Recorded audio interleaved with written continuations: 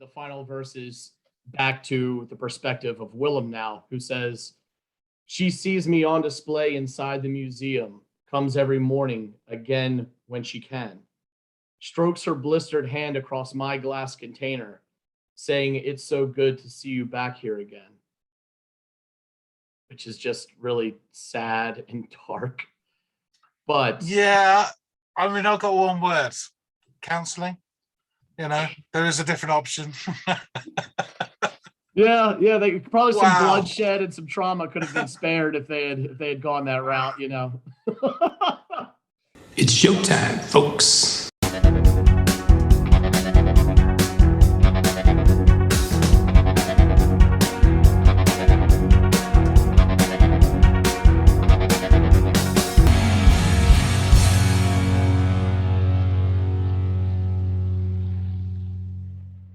Hey everybody, welcome to Into the Music. We are going to do a little deep dive into a song choice that I have for our friend John here, as Gray continues to let the inmates run the asylum.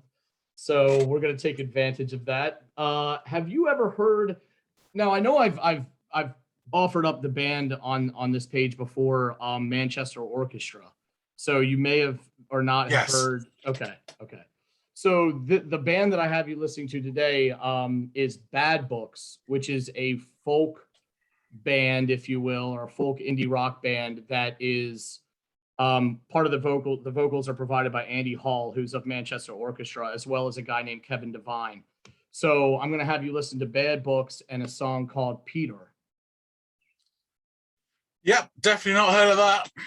Okay, good. All right. That's the first step. Now the next step is getting you to listen to it and hopefully enjoy it. So we'll see what happens. But yeah, give it a listen and let me know what you think, John. Will do. Bad Books. Makes me think of the Da Vinci Code. Let's see.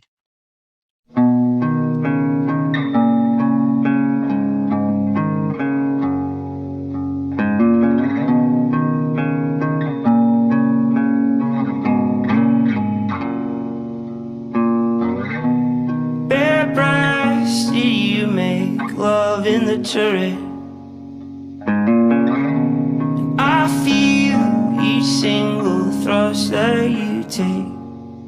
And in silence I watch on from the bastion.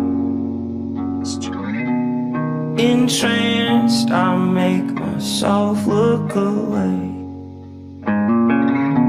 And bare-breasted making love in the turret. I've never loved nobody other than you.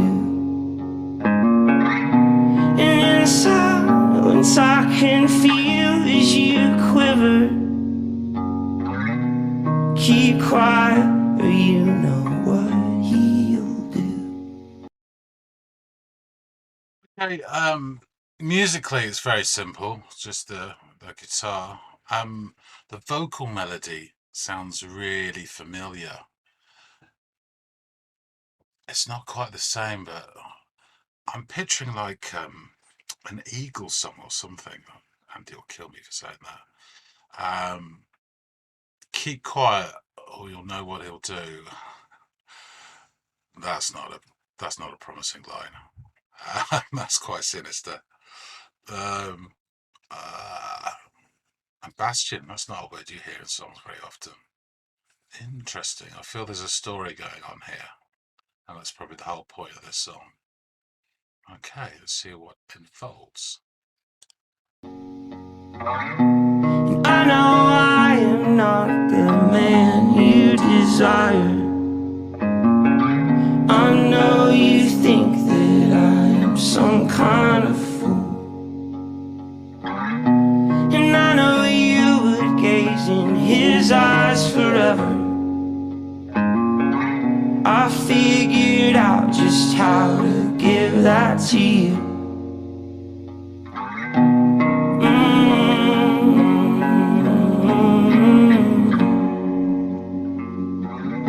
Well, he found us in the western wing.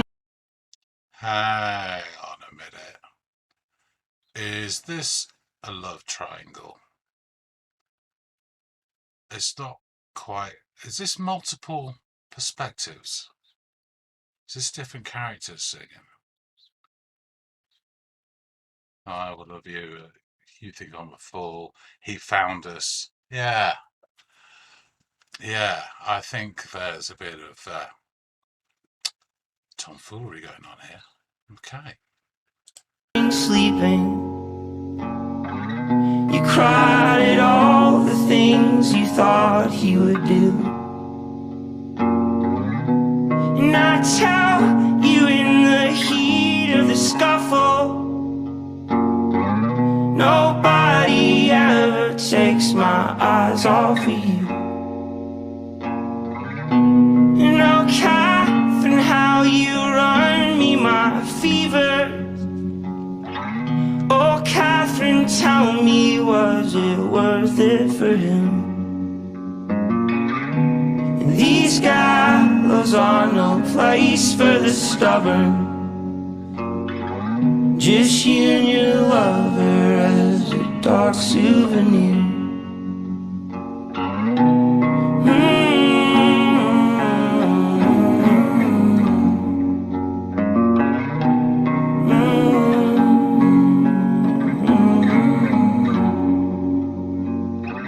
She sees me on display inside the museum.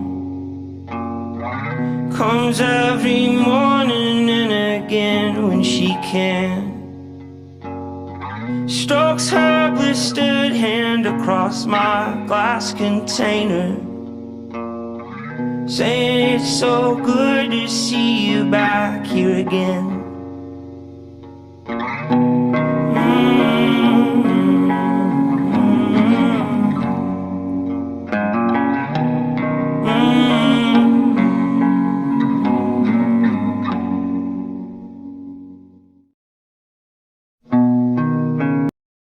Sorry. Well, I don't know what the hell to make of that. I quite liked it, I think. But I'd love to know what the story is. I shall have to check it out with Andy. Okay. And we're back. All right. Glad to see you made it from the other side. How'd it treat you? Yeah. What, the other side? Yeah, just it was all together. lovely. It was lovely. Champagne cocktails. A bit warm, I thought, with the flames and the pitchforks, but it was fine. Yeah, no, this is really interesting, and I probably have more questions than observations about it. Yeah, so I liked it, but I felt it was very, very simple, Oh, yeah. nice guitar part, but it's basically, it is a story, it's a ballad, it's a story, whatever you want to call it.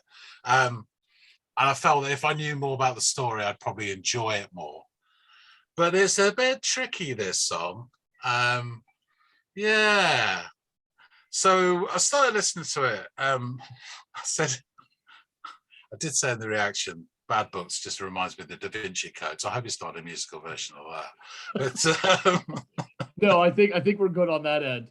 We can quell that concern. Yeah, no, definitely. So I will say this: the vocal melody really was very familiar.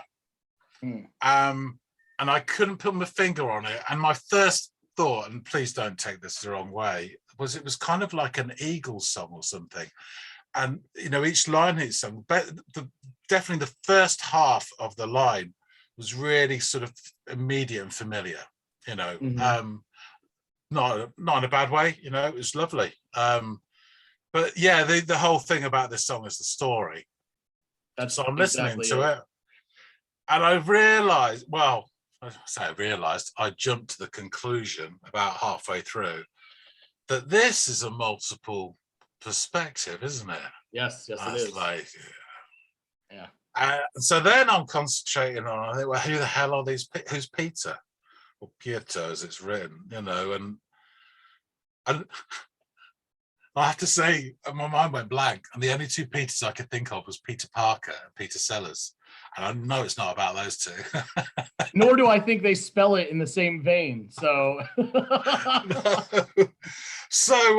And then, so it starts off from perspective, because this is the thing, just remembering the lyrics again. So, yeah, I like the use of the word bastion, not often found in a song, and it should be. So it's he's watching, and then it goes to actually, you know, he's with her, and you know, loved you from the first moment I saw you, whatever the line is. Sorry, I didn't get a chance to write in the lyrics down, so that was like confusing, and then it went back to a different perspective, because you know, saying what you think I'm a fool, etc. And I'm thinking, uh-oh, trouble at mill, there's a love triangle going on here. And then it mentions Catherine, and I'm figuring that this is historical because of the bastion and stuff. So now I was trying to think of famous Catherines, and I know Henry VIII got through a few. to say the least, right? It's a very modest way of putting it. And that's just the official tally. And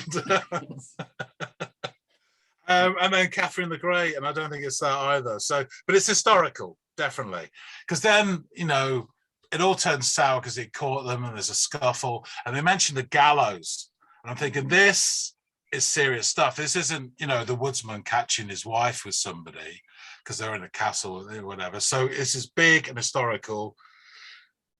And then I haven't got a clue. I'm not going to suddenly reveal, ha, I knew it was, you know, And then I came to Mary this Rose. conclusion. Yes, no, so I don't know. I really don't. But it's just giving me my thoughts. And then it was quite strange because they mentioned a museum and a glass container. And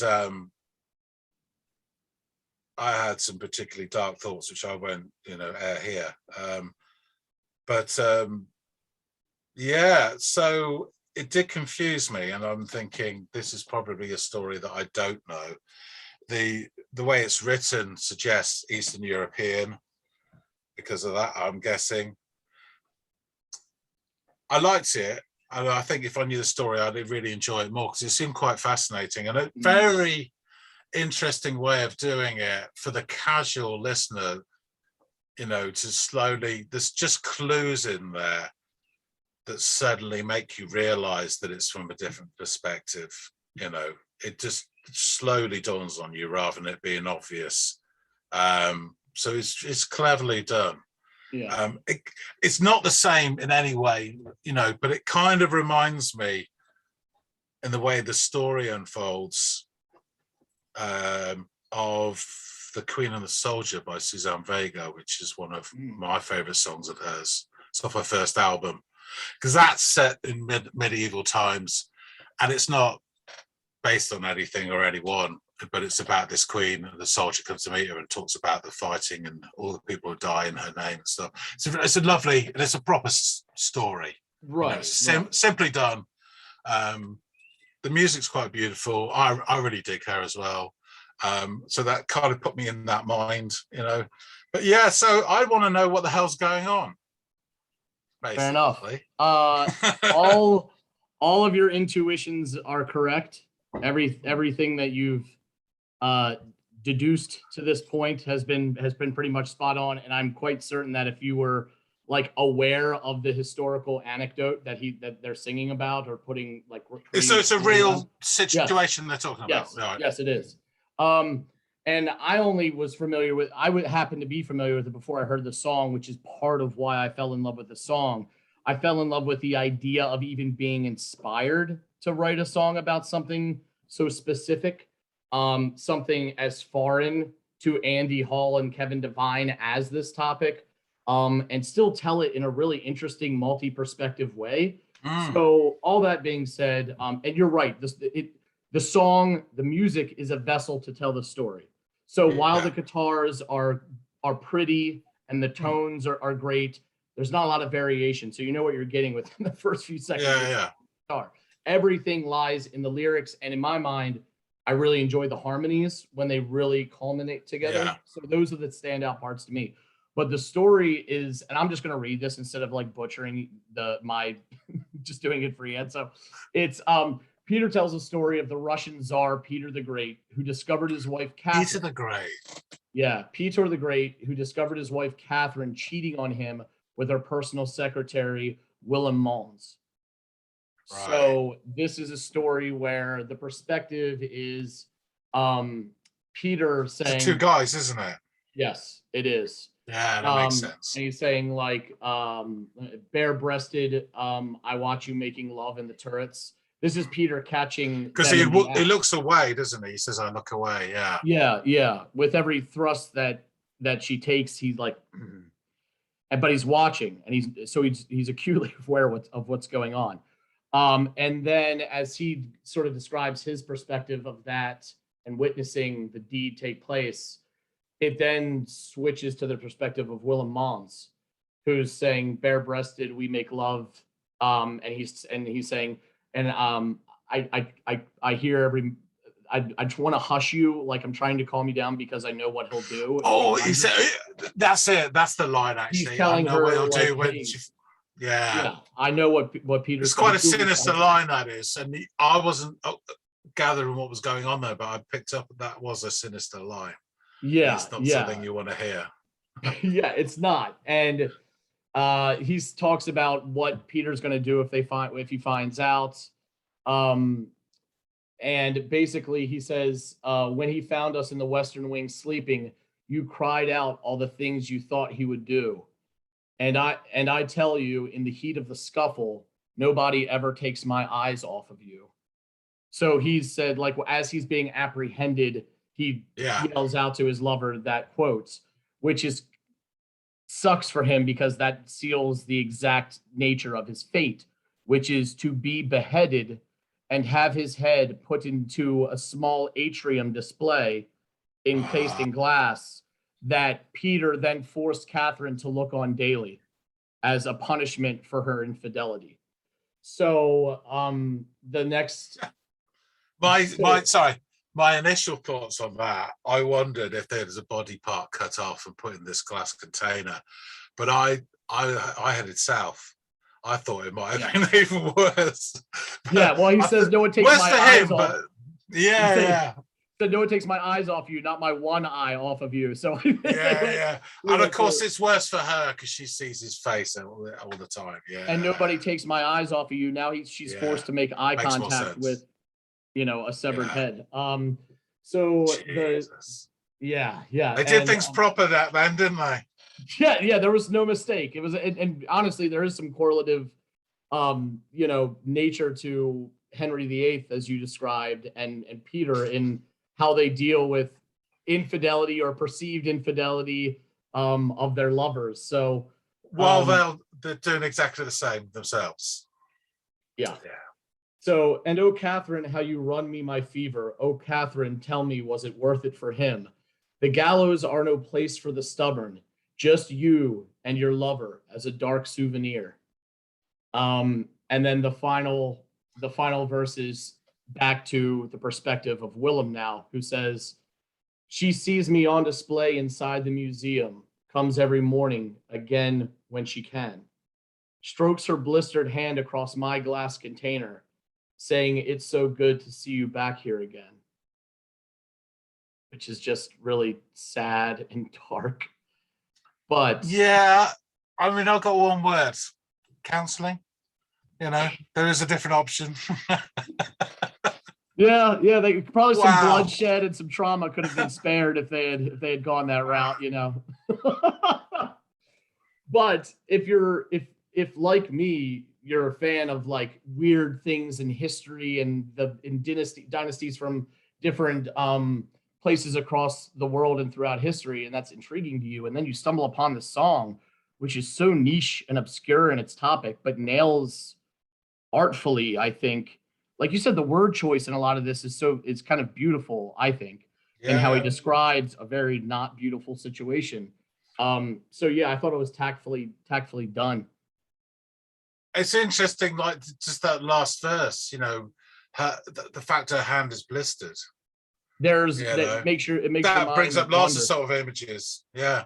Yeah, and Yeah. there may be no reason, but just that he felt it fitted. But it just gives you about 5 different possibilities as to why a hand's blistered. Exactly. Which As is and interesting. it's so frustrating because the song is, she's never introduced as a vantage point in any of the verses, right? This is Yeah, strictly the two men. So she never gets her day in court.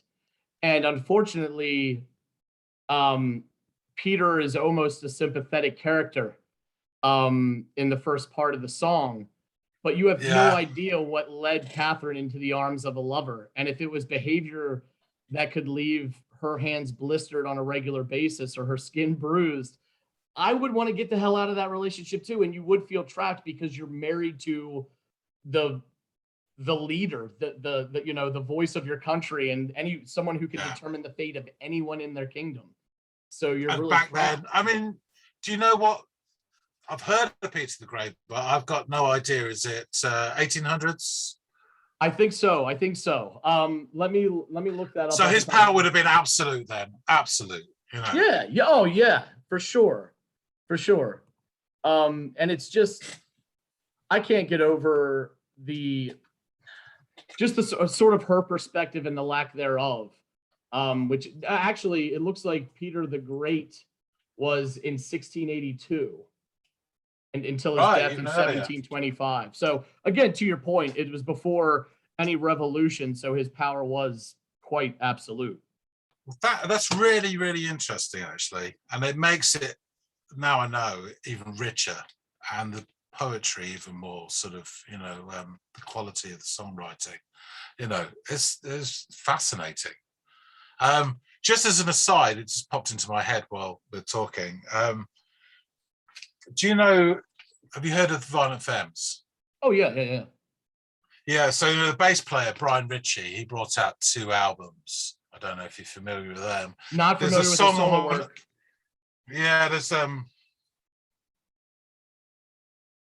Okay. they are odd, as you'd expect.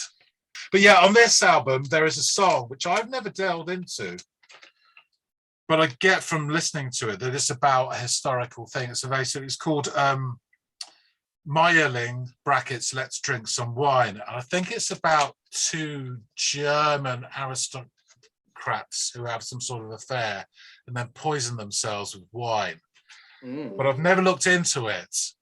So if you like that sort of thing, there's a story there to be had.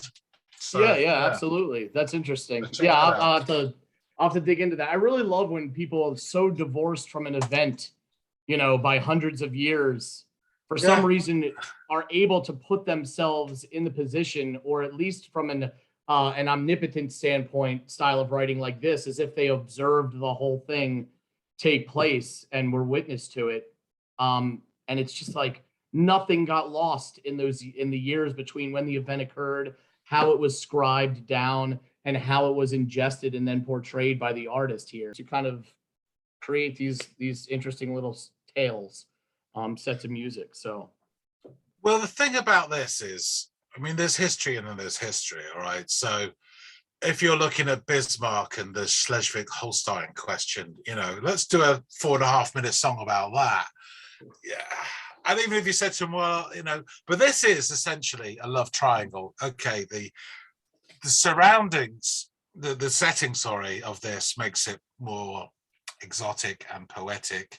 And perhaps the conclusion is a little different than it would, but this could be happening, on Days of Our Lives or whatever, this love triangle.